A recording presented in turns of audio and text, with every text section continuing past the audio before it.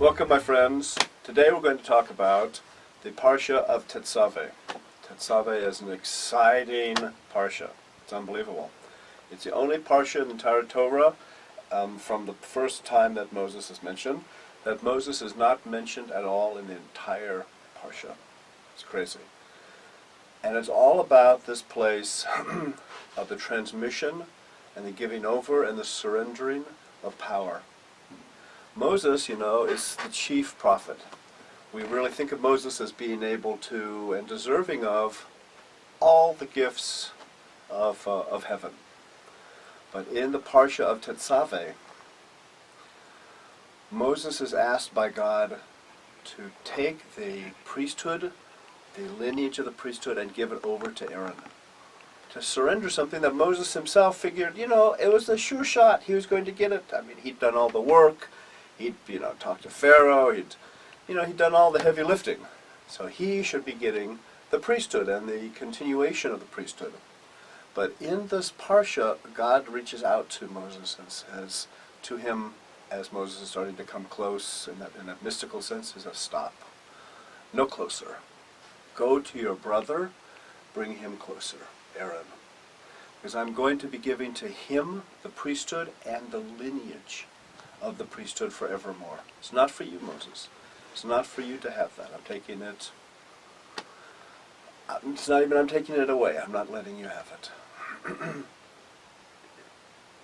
This is an amazing kind of a thing. I mean, on the one hand, it's trying to say that there's a way in which Moses continues to be the archetype of a certain kind of transmission, a certain kind of mystic understanding, which is the understanding that comes from the non-solid, from the place of the fire, from the place of pure spirit.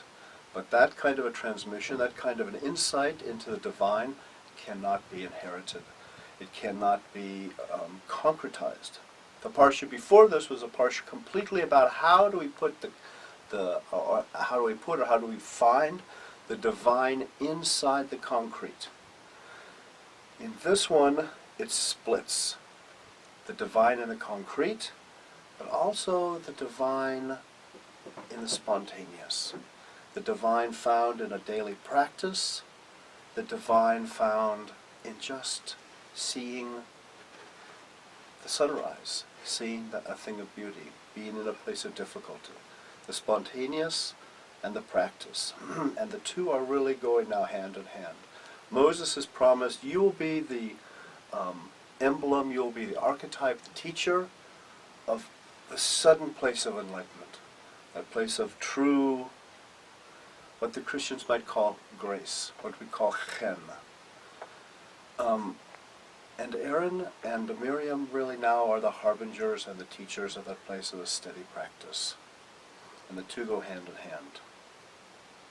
But the personal, the psychological, the human beauty of this Parsha is how do we as individuals, when we feel that we deserve to get something, when we feel that we have worked hard to receive something, how are we able to let it go?